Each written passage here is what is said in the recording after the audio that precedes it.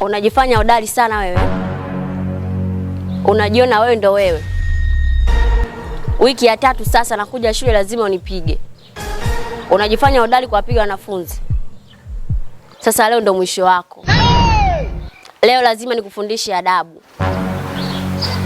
Esther, unataka kuniambia walikuwa wakizungumza wanafunzi ni kweli kuhusu wewe? Ndiyo, mimi ni mchawi. Yesu! Tena mkuu wa wachawi. Na mchawi hawezi kuwa dhaifu katika kutoa adhabu zake. Mwanangu Esther, mimi ni mwalimu wako. Usinipe adhabu. Adhabu za kichawi hazijawahi kumwacha mtu salama.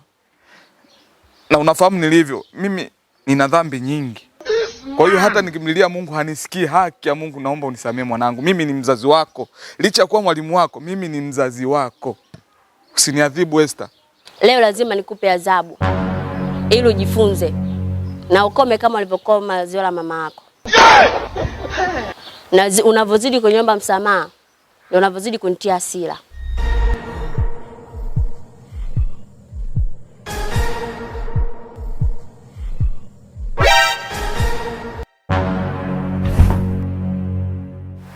Sasa kuna machaguo mawili.